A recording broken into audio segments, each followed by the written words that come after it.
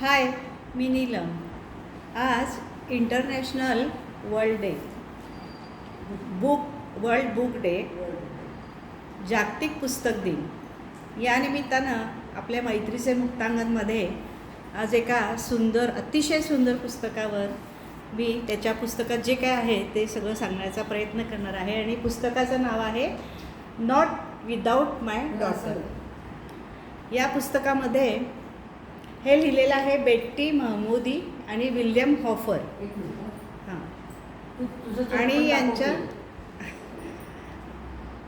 याचा अनुवाद केलेला आहे लीना सोहोनी यांनी.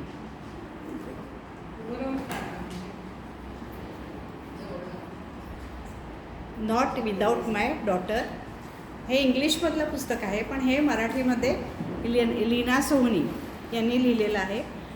आणि ते पुस्तक वाचत असताना तसं बऱ्यापैकी पुस्तक मोठं आहे, पण त्या पुस्तकात स्त्रीची जी झगडण्याची शक्ती आहे किंवा कशाही परिस्थितीमध्ये ती कशी सामोरी जाऊन त्यातून तिनं जर एकदा ठरवलं तर ती काय करू शकते यावर हे अतिशय सुंदर पुस्तक आहे. 1984मध्ये स्वतःच्या कुटुंबियांशी भेट घडवून आणण्याच्या मिशानं बेट्टी महमूदीचा नवरा आपल्या पत्नीला म्हणजे बेट्टीला आणि मुलीला इराणला घेऊन गेला. त्या तिथं सुखात असतील, अधिक सुरक्षित असतील आणि त्यांना पुन्हा हवं तेव्हा अमेरिकेत परतता येईल असं त्यानं तिला आश्वासन दिलेलं असतं.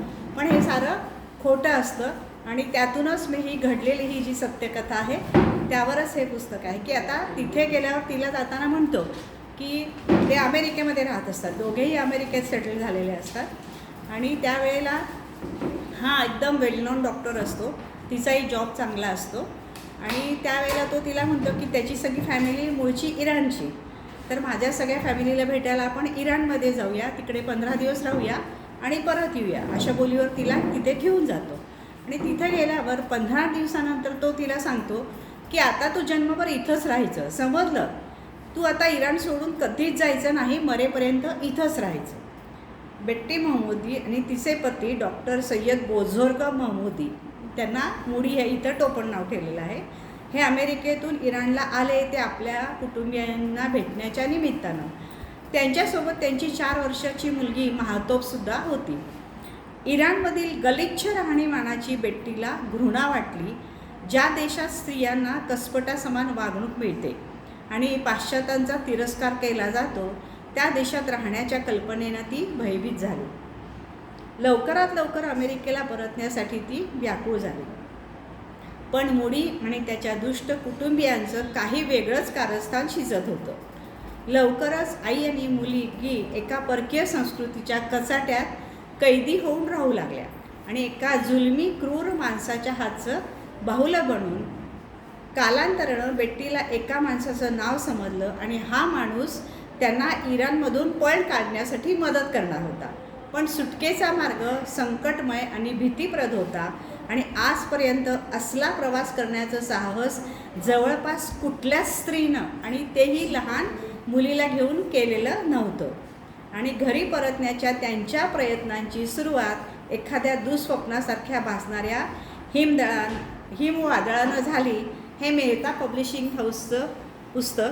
आणि आता याबद्दल मी तुम्हाला आता थोडक्यात, पण तरी तसं खूप मोठंच होईल बातमीपेक्षा, पण अगदी ऐकण्यासारखं आणि सुंदर कथा आहे. की ही जेव्हा तिकडे गेली तेव्हा ब्रिटिश एअरवेजनी गेले, ती साधारण 39 वर्षाची होती. तर तिथे पोचल्यानंतर त्यांना काय सांगितलं तिला की आता इराणमध्ये आल्यानंतर हा तुझा अमेरिका विजा जो आहे, पासपोर्ट जे काय आहे आणि त्या मुलीचं ते सगळं, तर इथे आपण परकीय आहोत आणि ते आपल्याला इथे काहीही करू शकतात, तर तू पहिल्यांदा त्याचा मेहुणा आलेला असतो घ्यायला आणि त्याच्याकडं आपण सगळं सुपूर्द करून टाकूया, तो व्यवस्थित ठेवेल आणि जाताना आपल्याला देईल. आणि त्या देशातलं काहीच माहीत नसल्यामुळं आता तिचा नवराच म्हटल्यावर तिला काही विषयच येत नाही, ती ते देते. आणि तेव्हाच तिथेच तो तिच्याकडनं पहिल्यांदा हे काढून घेतो की पासपोर्ट, विजा, इव्हन त्याचं जन्माचं जे असतं ते सुद्धा दाखला सगळं तो त्यावेळेला जप्त करून घेतो. पण हिला त्याची काय शंका येत नाही. आणि हा मुडी नवरा पर्शियन असतो आणि तो अर्थात अगदी उच्च विद्या विभूषित डॉक्टर आणि अमेरिकेत राहिलेला, अमेरिकेत शिक्षण झालेलं, तिथे राहिलेला, म्हणजे तो कसा असेल तुम्ही कल्पना करा. आणि त्याचं पूर्ण नाव आपण आत्ताच सांगितलं. तर तिकडे गेल्यानंतर आता ही अमेरिकेत वाढलेली, म्हणजे कपडे काय घालणार, राहणीमान कसं असणार, साफसफाई, स्वच्छता, सगळ्या गोष्टी आपण कल्पना करू शकतो. आणि इराणमध्ये गेल्यानंतर तिला पहिल्यांदाच तो सांगतो की इथं ते चादोर म्हणतात त्याला, म्हणजे बुरखा जो घालतात, अंगरखा सई, वरपासून डोक्यापासून खालीपर्यंत अगदी गोळदार, आणि फक्त इथं डोळ्याच्या इथं आणि तोंडाच्या इथं ते उघडं असतं. तेवढं तसं तुला इथं कंपल्सरी घालावं लागणार आहे, आणि तिलाच नाही तर मुलीलासुद्धा. आणि जर ते इथून तुम्ही घातलं तर ते मफलर म्हणतात त्याला, रुझारी म्हणतात. तर ते तुम्हाला कंपल्सरी इथं आहे आणि ते तुला घालावंच लागेल. तर मग ते घाणेरडा कोट आणि ते सगळं घालून तिला कल्पनेनेच असह्य होतं की आता कसं, कल्पना करा ना कसं शक्य आहे. पण आता काय, ठीक आहे, आता 15 दिवस आहे, आता आपल्याला इथं आलो आहे सासरी सगळ्यांना भेटायला, इट्स ओके म्हणून मनाची कशी तरी तयार करते. घरी गेल्यानंतर जातानाच सगळीकडे इतकं गलिच्छ घाण, इतकं घाण आहे ना इराण. म्हणजे त्यावेळेला ती म्हणते की ते बघून म्हणजे हे पटतच नाही की इथं मी आली आणि आता मी इथं कशी राहणार 15 दिवस आणि काय करणार. आणि घराच्या तिथं पोचल्यानंतर त्याची मोठी बहीण तिच्याकडे ते राहायला जाणार असतात. तर तिथे गेल्यानंतर तिला पहिल्यांदा आत जाताना थांबवतात. म्हणतात का, तर नाही इथं एक पद्धत आहे, ती पद्धत तुम्ही केल्याशिवाय तुम्ही घरात आत येऊ शकत नाही. तर काय पद्धत, तर ते बोकड कापायचं, त्याचं सगळं रक्त सांडायचं आणि ते सगळं तिनं मुलीला कडेवर घेऊन ते ओलांडून आत यायचं, अशी प्रथा. बापरे, तिला ऐकून ते वासानं ते रक्त बघूनच ती आधी म्हणजे हे मुलीला घेऊन बाजूला झालेली असती, हे काय प्रकार म्हणून. आणि ते म्हणतात की नाही तुला असं करूनच आत यावं लागेल. शेवटी नाईलाजानं ती येते आतमध्ये आणि मग इथून पुढं ही कहाणी चालू होते.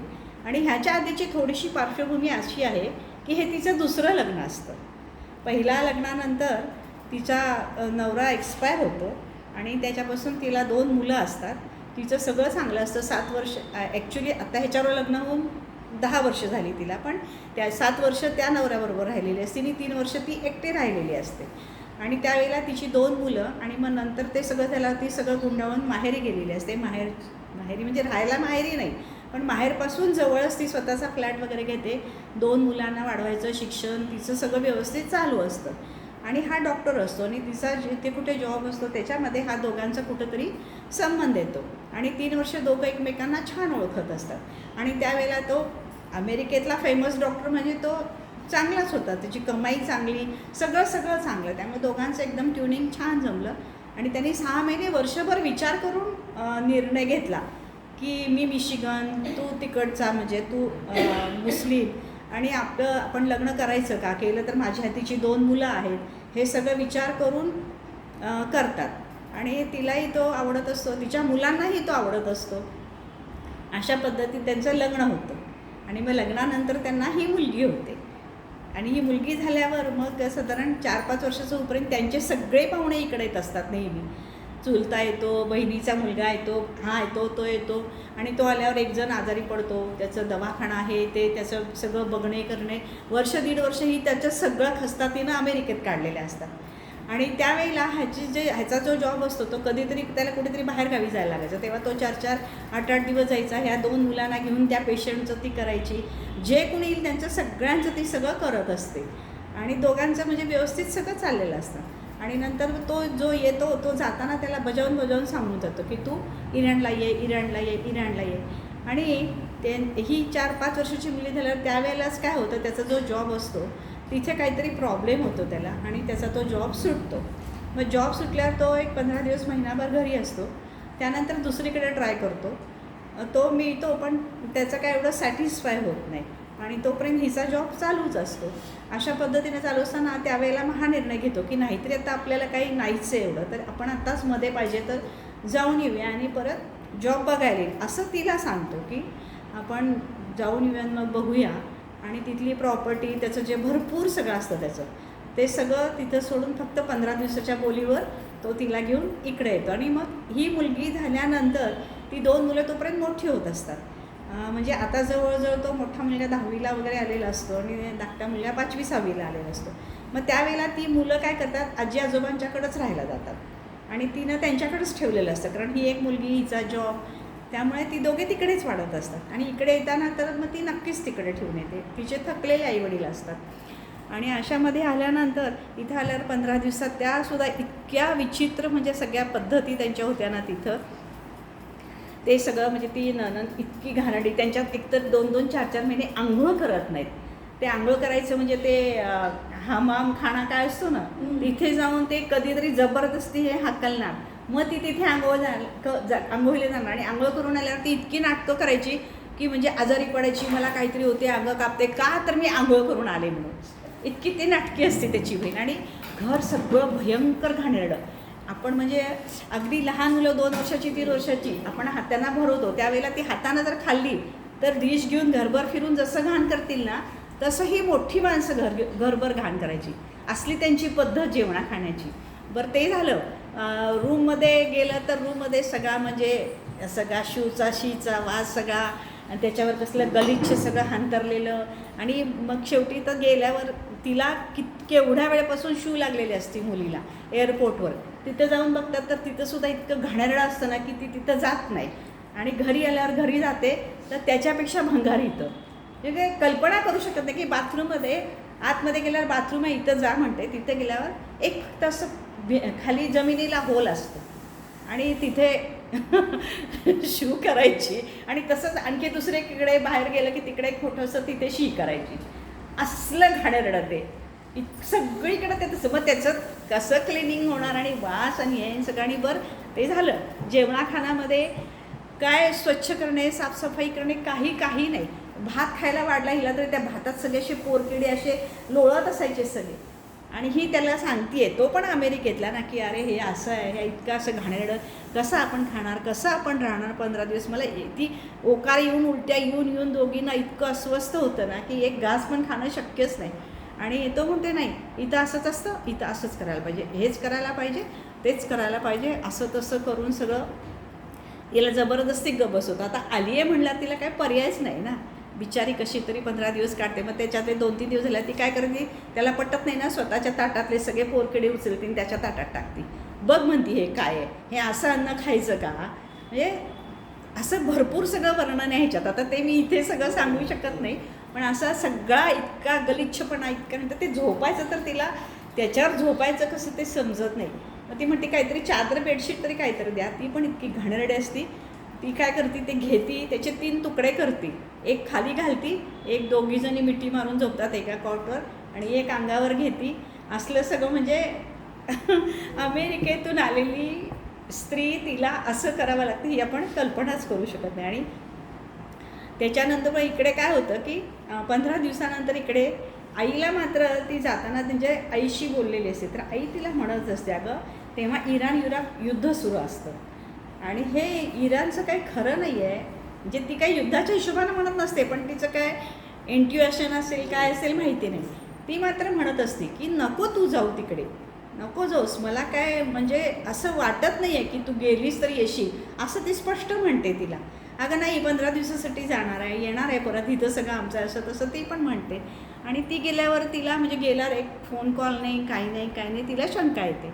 मग तिनं लगेच स्विस एम्बसीमध्ये वगैरे सगळे, ती लगेच आई एवढी हुशार ना, तिनं सगळं लगेच कल्पना वगैरे देऊन ठेवली की असं म्हणजे गेलेली आहे माझी मुलगी आणि तिला तिकडे काहीतरी त्रास असणार आहे असं मला वाटतंय आणि तुम्ही बघा वगैरे, हे ती सगळं तिकडे सांगते. आणि त्यावेळेला तिचे वडील 7 वर्ष जवळजवळ आजारी असतात, बेडवर असतात आणि म्हातारे असतात.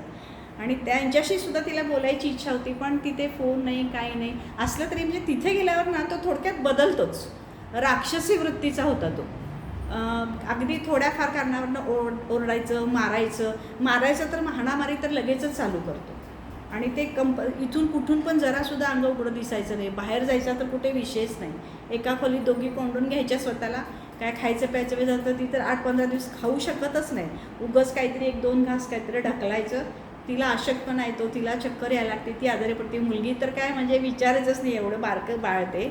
आणि घरात हे सगळे त्रास बघून हैराण होती. पण आता काय 15 दिवस काढण्याशिवाय काय पर्यायच नाही. आणि 15 दिवस होत आल्यावर 1-2 दिवस आधी तो सांगतो की आता आपल्याला ते जाता येणार नाही म्हणून. म्हणजे काय म्हणते ती, नाही ते तिचा तो कोण राहिलेला असतो ना, तो आजारी असतो, तो इकडे तिचा दिराचा मुलगा तर तो सांगतो की नाही इथं अशी पद्धत असते म्हणे की आता तुम्हाला उद्या परवा दिवशी जायचं आहे तर आजच्या दिवशी तुम्ही सगळं तुमचं विजा पासपोर्ट आणि ते सगळं तुमचं जन्मस्थळ अमकं तमकं सगळी माहिती तुम्ही जन्मदाखला तिथं द्यायला पाहिजे. मग त्याच्यात काय म्हटली, ते तुमच्याकडेच आहे ना, तुम्ही द्यायला पाहिजे होतं ना. नाही ते तुम्हाला परवा दिवशी जाता येणार नाही असं तो ठणकावून सांगतो. मी म्हणते हे काय भानगड आहे. मग तेव्हा तो म्हणतो मुली की नाही आता आपण इथंच राहायचं आहे. मग तर तिला इतका शॉक बसतो की बस. ती म्हणते काय बोलतोयस तू, तुला कळते का तू काय बोलतोयस ते. हो मी जे सांगतोय तेच. आणि ते असलं घर, ती तिची तसली ती आणि ती महामाया असते, ती तिला इतका त्रास देत असते, विचित्र भयंकर विचित्र वागणूक देते तिची ती मोठी नणंद. आणि त्यामध्ये ती म्हणते आता काय असं आहे नसेल तिला काय करायचं, ना कुणाशी ओळख पाळख, तिथली भाषा येत नाही, हिच्याबरोबर इंग्लिशमध्ये बोलणारा हा सोडला तर कोण नाही, ही मुलगी बरोबर काय तिचं डोकंच काय, ती इतकी आजारी पडते ना. पण तरी तिला स्वतःच डॉक्टर असतो पण तरी हिला औषध पाणी काही नाही, अक्षरशः तिला कोंडून ठेवतो रूममध्ये का, तरी कुठं तर पळून जाईल म्हणून. आणि खायला प्यायला नाही, ते बाथरूमात ते मी सांगितलं असं अशा परिस्थितीत ती काढते. आणि असं जवळजवळ 1-1.5 महिना होतो. आणि 1.5 महिना झाल्यावर मग तिला म्हणतो की आता हिला इथं शाळेत घालायचं म्हणून. ती म्हणते नाही मला काय शाळेत बिळेत घालायचं नाही आहे इथं. नाही शाळेत घालायचंच म्हणतो, जबरदस्ती करतो. मग ते काय त्यांच्यापुढं चालणं उपयोगच नसतो आहे. हाणामारी करायची, मारायचं प्रचंड, केसं ओढायची, इतकं तिला मारून तिच्या सगळ्या शरीरभर जखमा झालेल्या असतात ना, ते कल्पनाच करू शकत नाही. इतकं सगळं विचित्र हे वाचताना म्हणजे असं होतं ना आपल्याला की बापरे कसं तिनं सहन केलं. मग ते लकीली ज्या शाळेत जातात ती म्हणते मला पहिल्यांदा शाळा बघायची. शाळा बघायची तर तिच्या घरापेक्षा घाणेरडी अवस्थाचं शाळेची, 50-60 मुलांच्या ते असंच असं लाईनीनं सगळी भोकं जमिनीला पाडलेली, हे ह्यांचं बाथरूम आणि असं सगळं. अशामध्ये कसं आपल्या मुलीला पाठवायचं. आणि बरं तिला भाषा येत नाही काय नाही. तर तिथं गेल्यावर त्यांनी सांगितलं की त्यांचं काय तिच्या तरी वयात बसल्याने नाही अजून तुम्ही 6 महिन्यांनी या. ती म्हटली बरं झालं. परत 6 महिन्यांनी आहे आणि परत हा आलाच की नाही आता तिला घालायचं. आणि इन बिटवीन काय होतं, आईनं ते सांगितलेलं असतं ना तिकडे एम्बसीमध्ये. तर त्या एम्बसीमध्ये हसन म्हणून एक असतो, तर तो फोन करतो मुलीला म्हणजे तिच्या नवऱ्याला. पण ह्याला ती काय जाणून हिला सांगायचं नसतं ना, कारण पाठवायचंच नसतं. त्यामुळे तो काही तिला दाद लागू देत नाही. पण त्याला एवढं कळतं की हे काहीतरी तिच्या आईकडून चाललेलं आहे. आणि मग तिथं ते जे काय त्यांचं सगळं राहणं करणं असतं त्याच्यातून तिला इतका उभं येतो. शेवटी त्याला स्वतःलाही तो त्रास व्हायला लागतो. शेवटी तो अमेरिकेत वाढलेला राहिलेला म्हटलं त्यालाही ते सगळं बघून इतकं व्हायला लागतं. मग ही त्याला म्हणते की अरे नको इथं आपण राहायला नको, आपण निदान स्वतःचं घर तरी घेऊया, आपण वेगळं तरी राहूया. पण पैसे नाही, कारण तो तिथं काही कमवत नसते. बरं डॉक्टर होतो म्हटल्यावर जाऊन तिथे काही खटपट करावी, बघावी काय होते का, ते पण काही नाही. आणि त्याला लायसन तरी मिळणार कसं, त्याचं सगळं इकडे काहीच नाही त्याला. त्यामुळं निवांत लोळणे, गप्पा मारणे, इकडं फिरणे तिकडं फिरणे असला सगळा प्रकार त्याचा चालू असतो. आणि मग एकदा काय होतं, त्यांचे मित्र असतात ते जेवायला बोलवतात. तर त्यावेळेला जेवायला जायचं ठरवतात आणि आयत्या वेळेला काहीतरी कारणानं कॅन्सल होतं. तर हिला जरा राग येतो. त्या निमित्तानं तर एवढं घराबाहेर पडले असते किंवा कोणतरी नवीन ओळख झाली असती, काहीतरी क्लू मिळाला असता, काहीतरी ह्या आहे तिच्या डोक्यात. तर ती फक्त म्हणते का कॅन्सल झालं, आपण बघूया ना, निदान आपण तरी तिघंजण कुठेतरी बाहेर जाऊया जेवायला. ते एवढं म्हटल्यावर तिला इतकं प्रचंड मारहाण करतो की बस काय बोलायची सोय नाही. म्हणजे तो थोडक्यात माथेविरुद्ध झालेला असतो. आणि मग त्यावेळेला ही म्हणते आता काहीतरी करून आपण इथनं सुटका करून घेतली पाहिजे, बाहेर पडायला पाहिजे. असं करत 1.5 महिना 2 महिने 3 महिने दिवस पुढे सरकतच असतात. आणि मग थोडे दिवस ती म्हणते आता ह्याला मला विश्वास द्यायला पाहिजे की मी इथं राहायला तयार आहे, तर मला काहीतरी बाहेर पडता येईल, काहीतरी हालचाल होईल. तोपर्यंत त्याच्या मैत्रिणी असतात तिथे आणि त्यांचे पाहुणे असतात, जे काही थोडेफार त्यातली लोकं चांगली पण असतात. त्यांच्याशी तिचं बोलणं करणं ते सगळे घरी येत असतात. त्यांच्याशी बोलणं करणं चालू होतं. मग 1-2दा कुणीतरी कोणाच्या घरी बोलवतात तेव्हा त्यांच्या घरी जातात. आणि हळूहळू ती सगळ्यांना म्हणजे जाणून घ्यायला लागते की कोण कसं आहे कोण कसं आहे. आणि मग ती 1-2दा काय म्हणते की आता हे सगळं इतकं गलिच्छ घाण मला काही हे बघवत नाही आहे, गप मीच करते म्हणते, उद्यापासून स्वयंपाक पाणी मीच बघते म्हणते. त्यांना सांगा तुम्ही काय बघू नका, मी माझं आणते, मी माझं मला पाहिजे तसं करते. निदान स्वतःच्या पोटाला खायला तरी पाहिजे ना आता राहायचं म्हटल्यावर. मग त्याला काय वाटतं कुणास ठाऊक, तो तयार होतो आणि म्हणतो ठीक आहे. मग आता परत बाहेर जायचं तर परवानगी नाही. मग हा परत सगळीकडे तिच्याबरोबर आहे. ते 24 तास तिच्यावर तो फक्त नजर ठेवायचं काम करत असतो. मग पहिल्यांदा तो जातो करतो, मग हळूहळू ती त्याला थोडक्यात विश्वास देत जाते की मला इथं राहायचं आहे, असं करायचं आहे. पण तिचं आतून तर सगळं सुरूच असतं. आणि मग तिला फक्त आईकडनं म्हणजे तिला लक्षात आलेलं असतं की तिला एकदाही फोन करून दिलेला नसतो की काहीतरी करून आपण आता इथं एम्बसी गाठली पाहिजे, एवढं तिला पक्कं माहीत असतं. तशी ती तेवढी हुशार असते. आणि मग त्या दरम्यान तोपर्यंत 6 महिने जातात, म्हणजे त्याच्यात बऱ्याच उलाढाली होतात सगळ्या. आणि हिला परत दुसऱ्या शाळेत घालायचं ठरतं. मग त्या शाळेत गेल्यावर जबरदस्ती तिला घालतात शाळेत. आणि गेल्यावर ही ते सगळं बघून रडायला लागते. नाही म्हणते मी काही तर थांबणार नाही, शक्यच नाही म्हणते थांबणार. एवढं ती रडायला लागते, एवढं रडायला लागते. पण हा काही नाही, मारून मुटकून तिला पाठवतो आणि हिला पण मारत घेऊन जातो घरी. ते निम्म्या रस्त्यापर्यंत जातात तोपर्यंत शाळेतनं फोन येतो की ती काही अजिबात राहत नाही, तुम्ही येऊन तिला लगेच घेऊन जा. मग असं 4 दिवस होतं. मग 5व्या दिवशीपासून त्या काय म्हणतात मॅडम की तुम्ही तिच्याबरोबर इथं थांबा तर ती जरा बसेल. मग तो म्हणतो की आता हिला शाळेत घालायचं तरी हिला बसायला पाहिजे. मग ती तिथे बसायला चालू होते. पण त्यात सुद्धा तो तिथल्या ज्या असतात मुख्याध्यापिका किंवा तिथल्या मॅडम त्या सगळ्यांना सांगितलेलं असतं की हिला फोनला हात लावू द्यायचा नाही आणि इथून कुठेही बाहेर जाऊ द्यायचं नाही. एक खुर्ची दाखवतो, ह्या खुर्चीतच ती बसून राहिली, इथनं तिला उठून द्यायचं नाही. मग ती अशी 1-2 महिने तशीच काढते. आणि त्यातली एक जण असते, तिला जरा थोडं येत असतं इंग्लिश वगैरे, तिच्याशी जरा मैत्री करते आणि तिला सांगते ती म्हणजे तिला लक्षात येतं. कारण मारहाण हे ते सगळं दिसत असतंच ना, अंगावर येते खुणा वगैरे, ती विचारते, मग ती सांगते. थोडंफार दोघींची मैत्री होते, तोडकं मोडकं बोलत असतात. आणि मग अशा वेळेला मग त्याच्यात दवाखान्या हे काय बरं ज्युडिजन हां, एकदा ते शाळेमध्ये त्या बाई काय म्हणतात की तुम्ही इथे नुसतं बसतायच तर तुम्हाला इंग्रजी चांगलं येते, तर आपण असं केलं तर काय होईल की तुम्ही इंग्रजी शिकवा आणि आम्ही तुम्हाला फारसी भाषा शिकवतो, असं केलं तर तुम्हाला चालेल का? ती म्हणती पळेल म्हणते. आणि मग ती त्या शाळेत ते चालू करते, म्हणजे इथली भाषा तरी कळेल ना. मग त्यानिमित्तानं जरा सगळ्यांशी कॉन्टॅक्ट हे ते चालू होतं. आणि त्यावेळेलाच ती म्हणते की मला हे करायचं आहे, एक फोन करायचा आहे. तर ते म्हणतात तुमच्या नवऱ्यानं आम्हाला कंपल्सरी सांगितलं की तुम्हाला इथून काही फोन करता येणार नाही. मग तोपर्यंत ती घरातलं वगैरे सगळं बघत असते, त्यामुळे तिला बाहेर जायला थोडी परवानगी मिळाली असते ना. मग त्यावेळेला ती सामान आणायच्या निमित्तानं 1-2दा सांगते त्याला, नाही मी जाते. मग ती काय करते, बरोबर त्या वेळेत बरोबर घेऊन येते करते. म्हणजे त्याला तिनं थोडक्यात विश्वास दिलेला असतो की मी गेलं की मी परत येते म्हणून. आणि मग ते जाताना मात्र तिचं लक्ष असतं सगळं. आणि मग जाताना तेव्हा तिथं ते कॉईन टाकायला लागतात कुठले, तर ते तिच्याकडे ते युरो नसतात तेव्हा. मग आता काय करायचं, तिला फोन तर करायचं असतो ना. एकदा तेच निमित्त करून जाते आणि तिथे तिला असंच एका दुकानात असंच जाऊन विचारायचं म्हणते, असलं तर असलं. मग ती त्याला विचारते की मला एक फोन करायचा आणि आहे का म्हणतो का तुमच्याकडं नाही, माझ्याकडं नाही. मग कशाला पाहिजे म्हणतो, करा की फोन. म्हणजे तो ओळखतं, अमेरिकन लगेच ओळखतात ना सगळे बोलण्यावरून. म्हणतो हो मला तर अमेरिकेचं खूप वेळ आहे, मला पण अमेरिकेत जायचं आहे म्हणते. काय नाही तुम्ही बिंदास फोन करा म्हणते. मग तिथे त्या दोघांची ओळख होते. आणि मग ती जेव्हा जाईल ना त्या निमित्तानं सामान आणायला की ती तिथून मग एम्बसीमध्ये फोन करते. तिथं एम्बसीमध्ये हेलन म्हणून असते, तिला ते सगळं तिचं सांगते. ती म्हणते काही नाही तुम्ही काळजी करू नका, मी तुम्हाला सगळी मदत करते. आणि त्यावेळेला आईचा तिकडे फोन गेलेला असल्यामुळं त्यांना याची कल्पना असते. फक्त मुलीला त्याने 2-3 वेळा फोन केलेला असतं, ते त्यानं दाद लागू दिलेली नसते. त्यामुळं हिला कळतं की नाही हे माहीत आहे. मग तो म्हणतो तुम्हाला सरहद्दीवरून इराणच्या बाहेर कसं काढायचं, ते धंदाच करणारी माणसं आहेत आणि त्यांना तुम्हाला गाठ घालून देतो आणि आपण तुमचं काहीतरी सोय करूया. मग पैसे किती लागतील, तर $30,000 लागतील म्हणतात. तर ठीक आहे म्हणते, काय त्याचं मी काहीतरी करेन, पण मला हा मार्ग पाहिजे.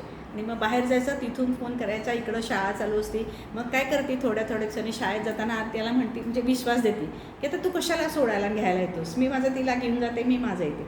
मग 15 दिवस 8 दिवस बरोबर वेळेवर जायचं, वेळेवर यायचं. मग नंतर येताना कधी टॅक्सी मिळाली नाही, कधी हे मिळालं नाही, असं करून वेळ करायला लागते. मग ते वेळ करायची म्हणजे तेव्हा एकतर डायरेक्ट शाळेतनं लवकर सुटून टॅक्सी करून डायरेक्ट हेलनकडे जायचं एम्बसीला. तिथे तिच्याशी बोलायचं, चर्चा करायची, माहिती घ्यायची, किंवा कुणाला फोन करायचे असले तर फोन करायचे. हे सगळं ती बाहेर उरकून यायची. आणि पोरीला मात्र प्रत्येक वेळेला सांगत असते की तू घरी येतलं काही मुलीला काही सांगायचं नाही, काही सांगायचं नाही. पण टेन्शनच की सगळं. पण हे सगळं ती म्हणजे डोकं स्थिर ठेवून अशा परिस्थितीमध्ये सगळं ती करत असते. आणि त्याच वेळेला ती म्हणते की आता थंडीचे दिवस चालू आहेत, ती हेलन म्हणते, तर आता तुम्हाला जाता येणार नाही, ऑक्टोबर नंतर आपण बघूया. आणि त्यावेळेला तिथे CIA एजंट असतात, तपासणी मायक्रोफोन करणारे. तर ते काय म्हणतात की तुम्हाला पुढे 2 महिने आता बर्फ असणार आहे, त्यामुळे आता तुम्हाला 2 महिने काही हालचाल करता येणार नाही, त्याच्यानंतर आपण तुमच्या सुटकेचं नक्की बघूया म्हणून. मग त्या दरम्यान काय होतं, ह्या शाळेमध्ये हिने इतकं चांगलं काम केलेलं असतं. तर शाळेत बरेच तिचा मला वाटते हिचा वाढदिवस येतो मुहूर्ताचा का तिचा काहीतरी असतं, ते काय त्यांच्यात काहीतरी म्हणजे आपल्या 25 डिसेंबरला वगैरे आपण कसे प्रोग्राम करतो किंवा आपण पाडवा वगैरे करतो, तसं त्यांचा काहीतरी तेव्हा मध्ये सण येतो. आणि त्यावेळेला त्या शाळेतल्या टीचर्स सगळ्या हिला पुस्तकं प्रेझेंट देतात, सगळी इंग्लिशमधली. आणि त्यामध्ये तिथल्या इराणीच्या सगळ्या राज्यघटना असतात आणि त्याच्यामध्ये स्त्रियांच्यावर विशेषतः काय लिहिलेलं आहे त्या सगळ्याचं ती पुस्तकं वाचून अभ्यास करते आणि ते समजून घेते की ह्याच्यामध्ये काय आहे आणि आपल्याला काय करता येईल म्हणून. आणि मग परत हेलनकडं तिच्या चक्रात तिकडं भेटण्यासाठी वगैरे धडपड चालू असते. असं करत 2 महिने जातात आणि त्याच दरम्यान परत ह्याच्या 2 मैत्रिणी असतात, त्रिश आणि सुशा म्हणून. तर त्या अमेरिकेलाच असतात आणि त्या नेमक्या तिथे आलेल्या असतात ते. आणि हा म्हणतो की माझ्या मैत्रिणी आल्यात.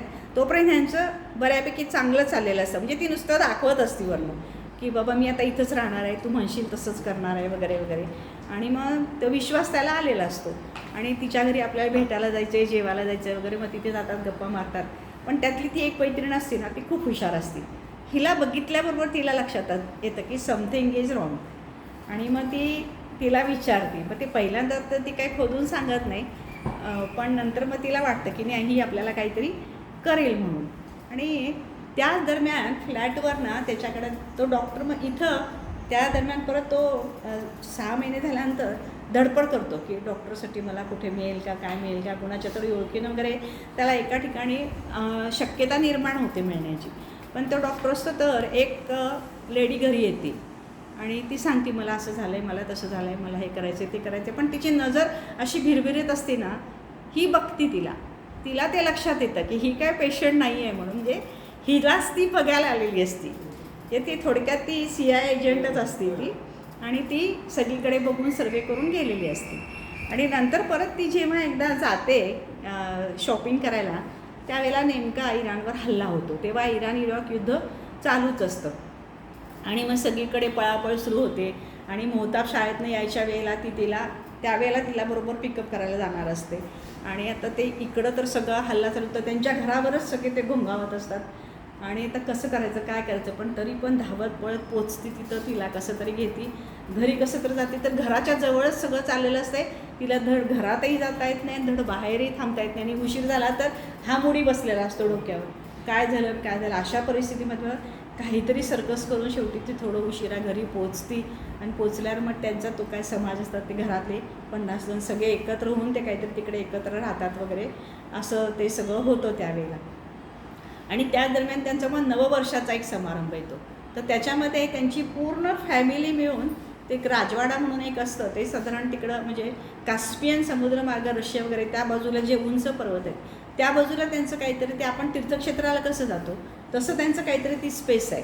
तर तिथे ते सगळे जातात आणि तिथं मनवतात, असं असतं ते. तर ह्यांच्या घरातले ह्याचे नंदोई म्हणजे ते मोठे, त्यांची जी ऑर्डर निघेल ती सगळ्यांनी फॉलो करायची. तर ते सांगतात की आपल्याला सगळ्यांना तिथे जायचं आहे आणि हा समारंभ सेलिब्रेट करायचा आहे, तिकडे 8 दिवस राहायचं आहे. मग ते सगळे गाडीमध्ये कोंबाकोंबी करून, ती म्हणते मी येणार नाही, आम्ही दोघी येणार नाही, तुमचं तुम्ही जावा. ती नाहीतरी इराणी काही करत नसते ना, तर नाही म्हणतो तुला कंपल्सरी आलं, हिला सोडून जाऊन तो काय करतो, त्यामुळे कंपल्सरी तुला यायला म्हणजे जबरदस्ती घेऊन जातो. मग ती असा विचार करते की तिथे जाताना सगळ्या रस्त्यावर नीट लक्ष ठेवते की कुठे कुठे जातो आहे, काय आहे, कुठे पर्वत आहेत, काय आहे. म्हणजे आपल्याला पळून जायचं झालं तर मी रेग्युलरसुद्धा ती रुटीनला टॅक्सी कशी करायची, काय करायची, सगळं समजून घेत असते ते. तर त्यासाठी ती तयार होते आणि जाताना ती ते सगळं रोड वगैरे सगळं बघून घेते. आणि ते सगळं तिथून आल्यानंतर मी इकडं तोपर्यंत ह्याला जॉब लागतो हॉस्पिटलमध्ये. तर त्यामध्ये तो मंगळवार आणि बुधवार 2 दिवस त्याला बाहेर जायचं असतं आणि एरवीच्या दिवशी तो घरातूनच प्रॅक्टिस करत असतो. तर ती त्यावेळेला म्हणते अरे तू, आता त्याला प्रश्न पडतो की आता हिच्यावर लक्ष कोण ठेवणार, कसं आपण जायचं. ती म्हणते काही नाही, तू बिंदास जा, तुला एवढा जॉब मिळाला आहे, आपल्याकडे नाहीतरी पैसे नाही आहेत, आपण वेगळं घर करून राहूया, असलं काय राहिलं नको. मध्ये काय होतं 3-4 महिने झाल्यानंतर तो पण तिथे वैतागतो बहिणीकडे राहायला. आणि मग त्याचा जो एक मित्र असतो आणि तिथेच तो जो त्याच्याकडे राहिलेला असतो अमेरिकेला ट्रीटमेंट घ्यायला, ती दोघं खालीवर राहत असतात. तर त्यातल्या एक जणांच्याकडं तिकडं राहायला जाऊया म्हणतो 15 दिवस. त्यांच्याकडे 15 दिवस राहतात, नंतर तिथेच वर त्यांचं घर असतं, नंतर तिथून तिथे शिफ्ट होतात, असं करतात. म्हणजे ते घर नकोच म्हणतात. आता तिकडे ही तर जायला तयारच नसते. मग तेवढं तो तिचं ऐकतो आणि तेव्हा मग प्लॅन करतात की आपण आता आपलं घर घेऊया. पण घ्यायला पैसे नाहीत, खायला पैसे नाहीत आणि घर कुठलं घेत आहेत. पण ती म्हणते नाही, आता तू जॉब केलास तर आपल्याला काहीतरी मिळेल, काहीतरी होईल. म्हणते जायला शेवटी मन घट्ट करून जायला तयार होतं. झालं, हिला बरं झालं ना. तो 2 दिवस गेल्यावर हिला सगळा वेळ मिळाला. मग तिला शाळेत सोडायचं आणि तिचं जे काय आहे ते करून सगळं करून ती कामं करून, त्यामुळे तिला बराबर इकडे एम्बसीत फोन कर, आईवडिलांना कर, भावाला कर, काय प्लॅनिंग करायचं तिकडचं सगळं ती तर तिचं सगळं चालू करते. मग त्यांनी कोणीतरी अचानक एक जण बाई येते, तिच्या हातात एक चिठ्ठी देऊन निघून जाते. त्याच्यात एक नंबर लिहिलेला असतो. ती म्हणते फक्त तू या नंबरला फोन कर. मग ती त्या नंबरला फोन करते. तर ते म्हणतात की म्हणजे त्यांना हे सगळं कळलेलं असतं हिचं, आम्ही तुम्हाला हेल्प करतो आणि अशा ठिकाणी येऊन तुम्ही भेटा. आता ते कसं भेटायला जाणार आणि काय करणार, पण आता शेवटी तिला करायचं असतं म्हणून ती तिच्या पद्धतीनं मॅनेज करते. आणि मग ते म्हणतात की 2 आठवड्यात आम्ही तुमचं सगळं मॅनेज करतो, कागदपत्र येते सगळं, पण तुम्हाला 2 आठवड्यात आम्ही पाठवायची सोय करतो. मग ती ठीक आहे म्हणती. तेवढ्यात परत मध्ये काय होतं की तिचे नंदेची नात 1.5 वर्षाची असते, ती वरनं खाली पडते काहीतरी आणि ती एक्सपायर होते. त्यामुळे हे सगळं घरात परत सगळं विचित्र, मग तिकडे जातात वगैरे ते सगळं होतं. आणि परत त्याच वेळेला शाळेमध्ये हिला सोडायला जाताना ती हेलन असते, ती म्हणजे जी एम्बसीमधली, तर ती म्हणते की तुम्ही हे असं काही करू नका, इथं भेटा, हे अलवाई म्हणून असतात, त्यांना भेटा तुम्ही, तर तुम्हाला सगळं काय ते योग्य मिळेल. आणि ती म्हणजे मुडीनं त्याला धमकी दिलेली असते की तिला काही भेटायचं नाही, तिला सांगायचं नाही, पण हिचं सगळं चालू असतं. तर त्यावेळेला शाळेमध्ये काहीतरी होतं आणि तो शाळेतनं तिला इतकी प्रचंड मारहाण करतो मुडी तिथं जाऊन तिला, आणि तिला फरफटत ओढतच रस्त्यावरनं म्हणजे अक्षरशः हे करत तिला घरी नेतो आणि परत तिला ठार मारायची धमकी देतो. मग परत झालं, परत त्या टॅक्सीतनं ढकलून देतो, कोंडून ठेवणे, मारणे, परत त्याच्या अंगात येतं. थोडक्यात असं येते, परत बरं होते, परत येते, असं त्याचं सारखंच सुरू असतं. आणि इकडे मग हे एक दिवस काय होतं की ते बाबा गाडीतनं ते मोहसिनला तो एक दिवस गाडीत घालून तिला म्हणतो आता तुझ्या पोरीला इथं ठेवणारच नाही म्हणतो, आणि तिला कोंडून घालतो आणि तिला बाबा गाडीत बांधतो आणि त्या गाडीतनं तो बाहेर जातो. आणि तिला ती कुठेतरी फट असतील, तिथं त्याची खोली असते ती, आणि त्याच्यात कॅमेरा काहीतरी तिला मिळतो. ती लगेच त्या कॅमेऱ्याने तिचा फोटो काढून घेते, असा नेतो आहे म्हणून. आणि त्याच्यानंतर तो 15-20 दिवस जवळजवळ 3 आठवडे तिला तोंड पण दाखवत नाही, तिचं कुठं ठेवलं आहे सांगत नाही, तिला कशाला काय दार उघडत नाही. रात्री आला तर येणार, काहीतरी तिला वाचायला काहीतरी देणार, आणि ती शेजारी राहत असते ना खाली, ती तिला खायला जेवायला ताट वगैरे आणून देणार. एवढंच चाललेलं असतं. 15 दिवसात काही म्हणजे काही नाही. आता तिला कळत नाही काय करायचं ते, म्हणून ती खिडकीतनं इकडं बघ तिकडं बघ, ह्याची मदत घेते, बरंच काय ती प्रकार करते, पण तिला कशातही यश येत नाही. आणि मग 15 दिवसानंतर ही पोरगी आजारी पडते, इतकी आजारी पडते ना भयानक, भरपूर टेम्परेचर येतं. मग त्याला गत्यंतरच नाही तिला घरी आणण्याशिवाय. अक्षरशः तिचं गाठोडं बांधून उलनच्या ह्याच्यात बांधून तिला घरी घेऊन येतो आणि तिला बोचकं देतो. तिला कळतच नाही की याच्यात मुलगी येते, आणि ती म्हणते काय आहे, काहीच बोलत नाही तो. म्हणजे त्यालाही त्रास झालेला असतो तिला बघून. उघडती तर ही, मग हिला दिवसभर ते औषध पाणी आहे ते सगळं ती करते. झालं, रात्र झाली की परत तो तिला घेऊन निघून जाणार, नाहीतर रात्री ठेवलं तर सकाळी घेऊन परत तिला जाणार, परत रात्री सोडणार, असं परत तो तिला 15 दिवस करतो. म्हणजे त्याच्यामध्ये तिची मानसिक इतका छळ करतो, तिचा इतका छळ करतो ना की त्याचं काय लिमिट नाही. मुलगी तरी किती सहज तेच ना, मग ते सांगते ना, जे ते सगळं ह्याच्यात ना वाचताना हे इथे एवढं आपल्याला सगळं सांगणं शक्य नाही, पण ते वाचताना काय होतं ते काय आहे सगळं भयानकच आहे. आणि मग इकडे काय होतं, नंतर एकदा 9 जूनला हिचा 40वा वाढदिवस येतो. तर त्यावेळेला त्याला काय मूड येतो कुणास ठाऊक, तो म्हणतो नाही तुझा वाढदिवस साजरा करायचा. तिला आश्चर्याच्या धक्के बसतात, हे काहीतरी ह्याच्यात गोम असणार आहे म्हणते, हे करायचं आहे म्हणून. आणि ह्या सगळ्या प्रकारामध्ये जेव्हा बाहेर राहायला गेल्यावर हिची मारहाण करणे, खायला न घालणे, मुलीचं हे सगळं बघितल्यावर तिची मोठी नणंद असते ना, तिच्यामध्ये बदल होतो. काय तिच्या म्हणजे लक्षात येतं माहिती नाही. आणि त्या दोघांची सारखी भांडणं व्हायला लागतात, मुलीची आणि तिच्या मोठ्या बहिणीची. आणि त्यातून तिला हिचा चांगुलपणा कळायला लागतो. आणि मग एकदा ती वाढदिवसाच्या वेळेलाच हिला घरी बोलवते. आता बोलवलंय म्हटलं तिला जाण्याशिवाय पर्याय असतो, पण गेल्यावर ती इतकं तिच्याशी चांगलं वागते, इतकं की तिला म्हणजे शंका येते की हेच का ते, की मी जिथं राहिलं आणि जिनं माझा छळ केला ती हीच का. आणि ती तिला म्हणते तिथं फोन आहे, जा तू फोन घे आणि फोन कर. आता ते ती नक्की परत त्याला सांगणार आणि परत हे होणार आहे सगळं. ती म्हणते नाही मला काही फोन करायचा नाही अगं, आम्ही खरंच कोण सांगणार नाही, तू जा खरंच फोन कर, पाहिजे तर आम्ही सगळे बाहेर जातो, आम्ही कुणीही मुलीला सांगणार नाही म्हणतात. आणि ती म्हणजे परवानगी देते. मग तिच्या मुली नंदा तिच्या घरात जे काय असतात ते सगळे जातात आणि तिला परवानगी देतात. मग ती तिथून परत सगळ्यांना फोन करते, सगळं म्हणजे ते सगळं असं बरंच काय काय काय काय सगळं होत जातं. मग असं करत करत जवळजवळ 1 वर्ष झालं. आता मोहताबचा वाढदिवस आला मुलीचा.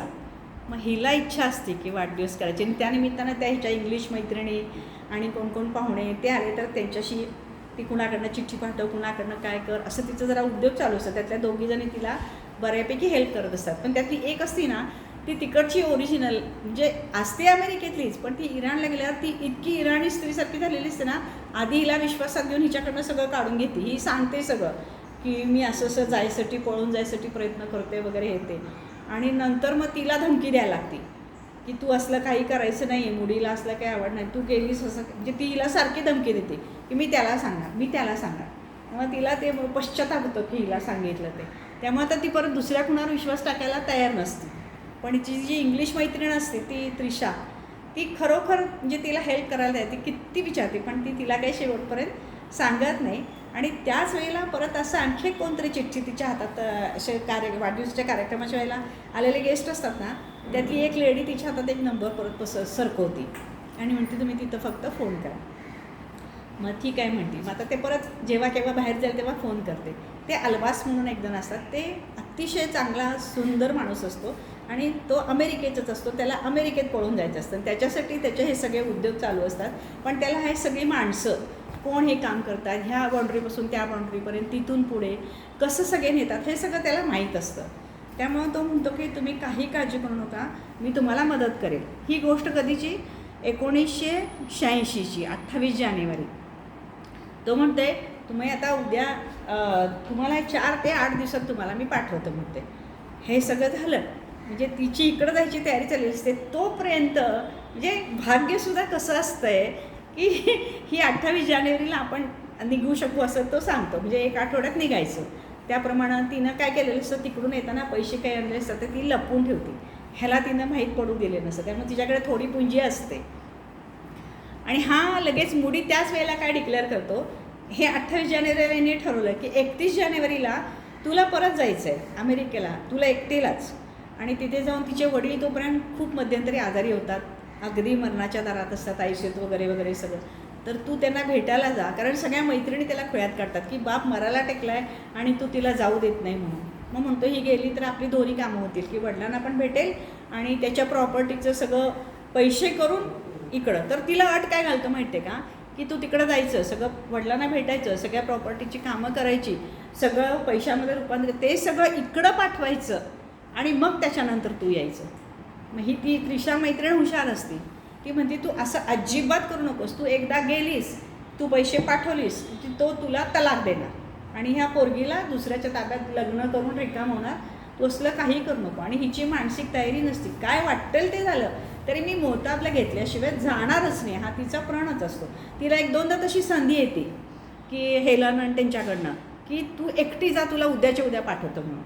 पण ती म्हणते नाही, मी गेले तर मुलीलाच घेऊन जाणार. मग ते म्हणतात मुलीला घेऊन जाणारा रिस्क घेणारा कोण भेटणारच नाही.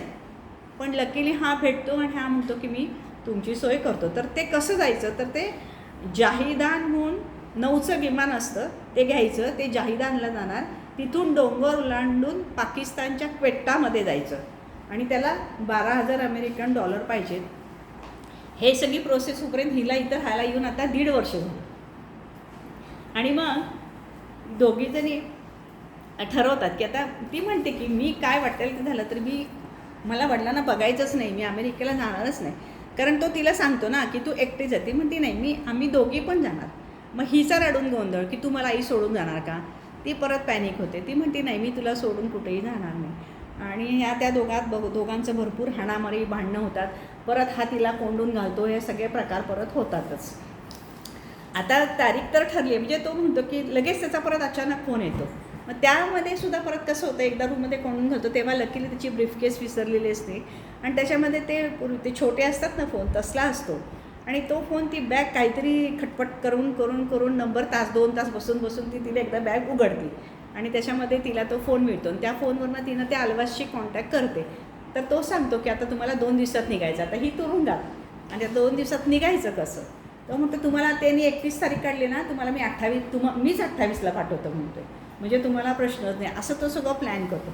आता घरातनं निघायचं कसं आणि मग त्या दरम्यान ती काहीतरी कला करून ना शेवटी त्या पोरीला घेऊन त्याला नेमकं काय होतं, हॉस्पिटलमधनं कॉल येतो अचानक आणि त्याला कंपल्सरी जावं लागतं. तो म्हणतो मी जातो नाही. तर ती म्हणते ठीक आहे. आणि तो जाताना गडबडीत इतक्या जातो की तो बाहेरचं लॉक घालायला विसरतो आणि हिला ते बरोबर लक्षात येतं. सुपर फास्ट ती सगळं गोळा करते, पोरीला घेते आणि घर सोडते. आता घर तर सोडलं, पण पुढं करायचं काय. मग त्याला फोन करते परत. तर तो एक घराचा पत्ता देतो, अमाल त्याचं नाव, आणि तो म्हणतो तू जा त्या घरावर, तू पोच म्हणतो आहे. तिथून जवळ असतं तरी अर्धा पाऊण तास असतं. मग मध्यंतरी टॅक्सीमध्ये कसले अनुभव येतात, काय होतात, हे सगळं बरंच काही काही आहे, सगळं विचित्र. मग ती त्या घरामध्ये पोचते. तर तिथे गेल्यावर तिथे एक जण येते लेडी, ती तिला तिथे राहायची सोय करते, कपडे बिपडे देते, सगळं पॅक बंद केलेलं असं त्या रात्री तिथे लपून ठेवतात. आणि इकडे हा घरी आल्यावर आता ह्या दोघीने आहेत म्हणजे ह्याचा गोंधळ चालू होतो. पण आता म्हणजे तिला जायचंच असतं ना, तिला काही इथं थांबायचंच नसतं. त्यामुळे तो दुसऱ्या दिवशी मग तो येतो स्वतः तिथं, तो अमाल. आणि मग तो सांगतो की तुला तुर्कस्थान हद्दीतून जावं लागेल मोटारीनं. तिथून पोलीस वगैरे असतात, त्यामुळे तिथून रेड क्रॉस ॲम्ब्युलन्समधून तुला तिथून पुढं आम्ही पाठवणार आणि तिथून पुढं मग तू पेट्टाला गेलीस की तिथून मग तुम्ही प्लेननी अमेरिकेला जाणार. अशी सगळी तुमची सोय केलेली आहे. आणि त्याला 30,000 मागतो आहे, पण तो 12,000वर कन्व्हिन्स होतो. ती म्हणते ठीक आहे, पैशाचं मी काय तिथे गेलं. तो म्हणतो तू आता पैशाची काळजी करू नको, आत्ता पैसे मी घालतो, तू तिकडे गेल्यावर दे म्हणून. आणि मग तो म्हणतो तू एक काम कर फक्त, की तो तिकडे गोंधळ घालेल, मग लगेच पोलिसात कंप्लेंट करेल, मग तिला हुडकायला चालू होईल. त्यामुळे तू मुडीला फोन कर म्हणतोय तो. ती म्हणते नाही, ती एवढी घाबरते ना, मी काही मुडीला फोन करणार नाही, कारण मी कुठे त्याला नाही म्हणतो, मी सांगतो तसं कर. तू मुडीला फोन कर आणि त्याला कंडिशन्स घाल की मी आत्ता बाहेर आहे माझ्या मैत्रिणीकडं, मी घरी यायला तयार आहे, पण तू माझं असं असं सगळं ऐकणार असलंस तर मी येणार, नाही तर नाही येणार. तो कशा हिच्या कंडिशन मान्य करतो आहे, नाही म्हणतो. मग ती म्हणते मी येणार नाही म्हणते. मग परत दुसऱ्या दिवशी पण तो फोन करायला होतो, म्हणजे जेणेकरून ती इथं आहे असं भासवण्यासाठी तो तिला फोन करायला लावतो. त्यामुळं त्याला की नाही ही इथेच कुठंतरी आणि त्याची माणसं तो सोडतो.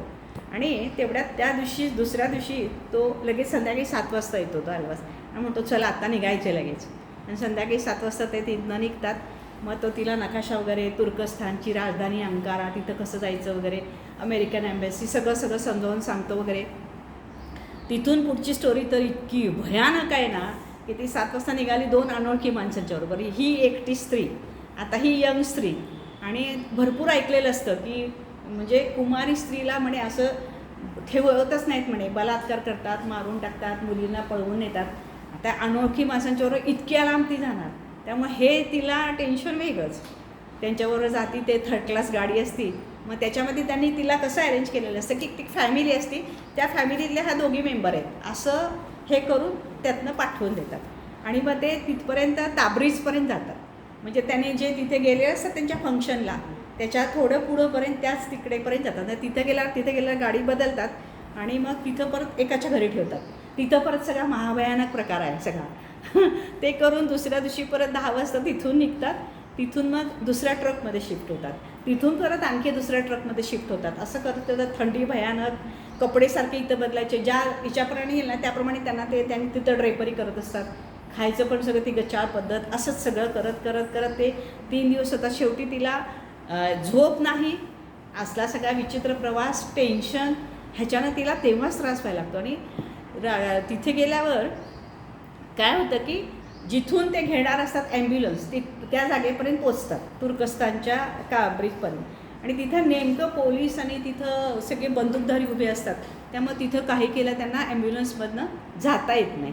आणि त्यावेळेला ते म्हणतात आता इथून हे सगळे बर्फाचे डोंगर, हे सगळे चढून उतरूनच जायला पाहिजे. आणि तुम्हाला ह्या मुलीला घेऊन जाणं शक्य नाही, तुम्ही त्या मुलीला इथं सोडा आणि तुम्ही जा.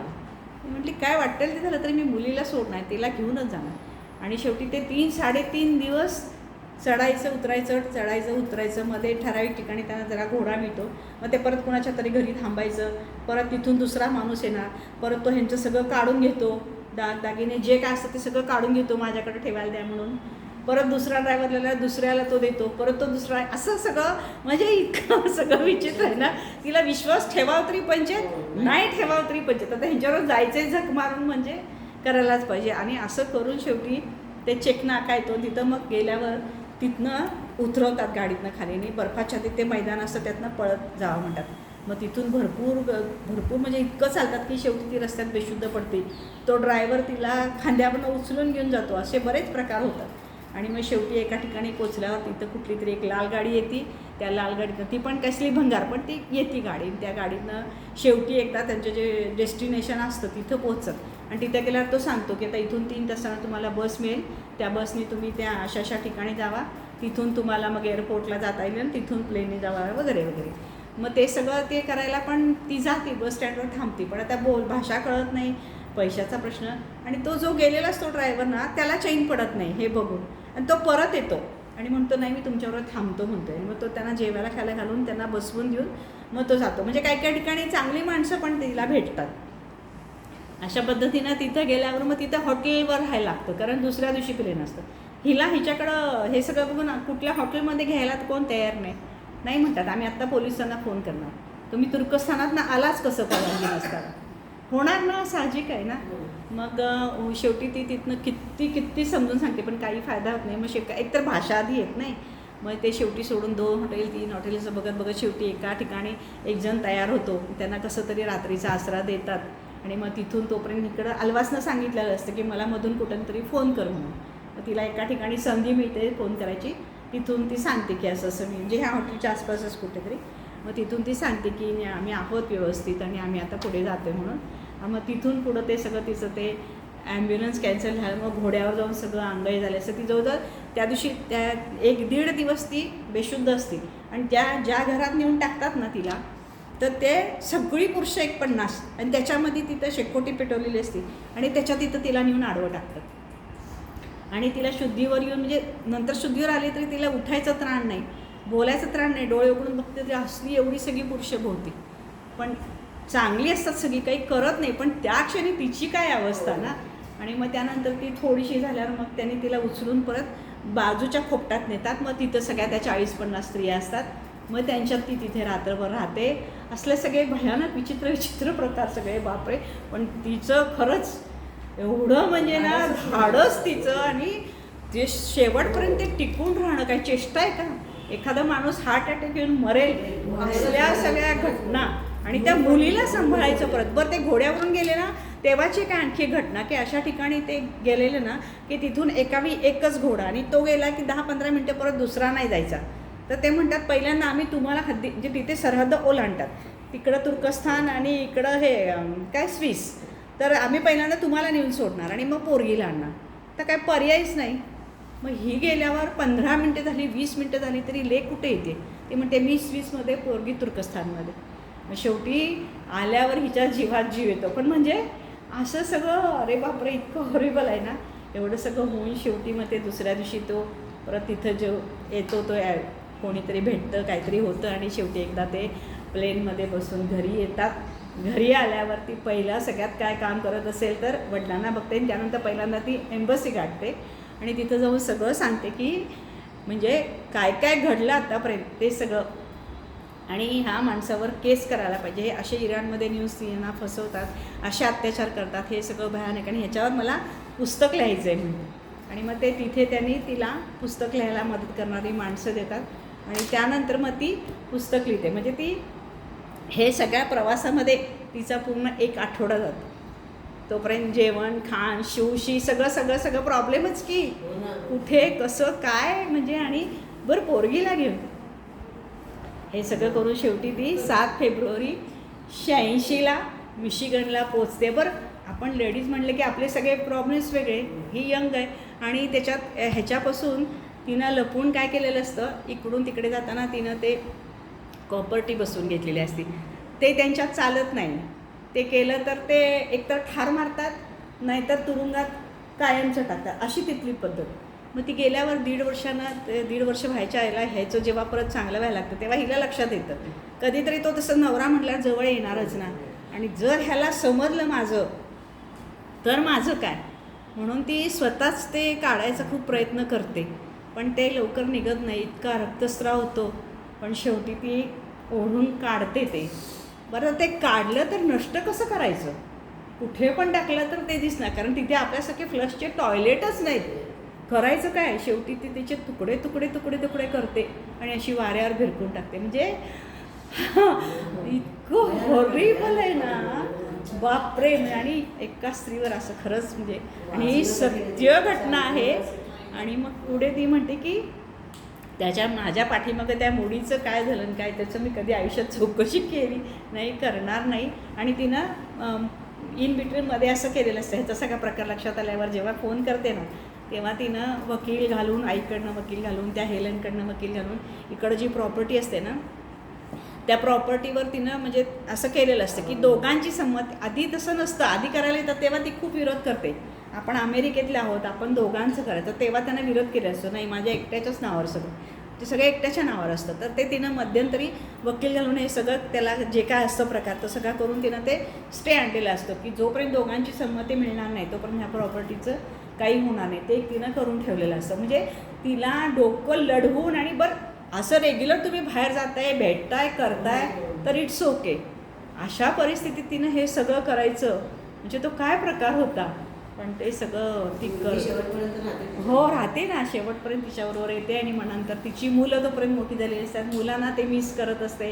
आता स्वतःच्या पोटचा गोळा 15 दिवसात येतो सांगून गेल्यावर काय होणार ना, त्या मुलांचं तरी काय दशा. सगळं म्हणजे हे खरंच पुस्तक इतकं वाचण्यासारखं आहे ना, म्हणजे मी अगदी शॉर्टमध्ये मी सांगितलं, कारण एवढं आपण सगळं सांगणं शक्यच नाही आहे. पण खरोखर पुस्तक हातातनं घेतलं की म्हणजे इतकं असं गलबलायला होते ना, पण तेवढंच इंटरेस्टिंग पण आहे की म्हणजे पुढं तिनं काय केलं खरोखर. आणि लीना सोनीने याचा अनुवाद इतका सुंदर केला ना, म्हणजे हे वाचताना असं कुठेही आपल्याला जाणं नाही, ती नावं फक्त सोडली तर, की हे इंग्लिशमधलं पुस्तक मराठीत केलं आहे. त्या फोटोग्राफ किती छान आहे, किती सुंदर आहे, किती मार्मिक फोटो आहे ना, मुलीला असं गच्च धरून ठेवलेलं आहे.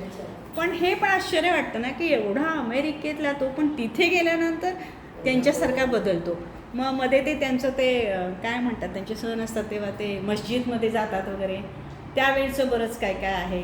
ही नंतर नमाज पडायला शिकते का, ह्याचा विश्वास संपादन करण्यासाठी फारसी भाषेत बोलायला शिकते, तिथं जाऊन ते सगळं करते, तिथं मन्नत मागते, हे ते. मग तिथे सुद्धा ते कोणतरी म्हणजे असं आपल्याकडं कसं साधू बुवा सांगितलं की तुझी इच्छा पूर्ण होईल, तसं काहीतरी एक असतात, त्यांना हिनं इच्छा सांगितलेली असते की मला तिकडं जायचं आहे म्हणून, आणि ते ती ओळखते आणि तिला त्याच्यासाठी काहीतरी शाश्वती दिली असते. म्हणजे तिचं असं म्हणणं आहे की ते तिथं मांडतात आणि मी तिथं त्या बाईला पैसे देऊन, मग त्या अल्बासनं तिला शिकवलेलं असतं की कुठेही पैशाची नोट बरोबर द्यायची म्हणजे आपली कामं होतात. त्यामुळं तिचं म्हणजे म्हणणं जी असते की तिला पळून जायचं आहे ते, म्हणजे असं बरेच प्रकार आहेत सगळे. तर हे मला जेवढं काही सांगता येईल तेवढं मी सांगायचा प्रयत्न केला आहे. पण सगळ्यांनी आवर्जून हे पुस्तक वाचावं असं आहे.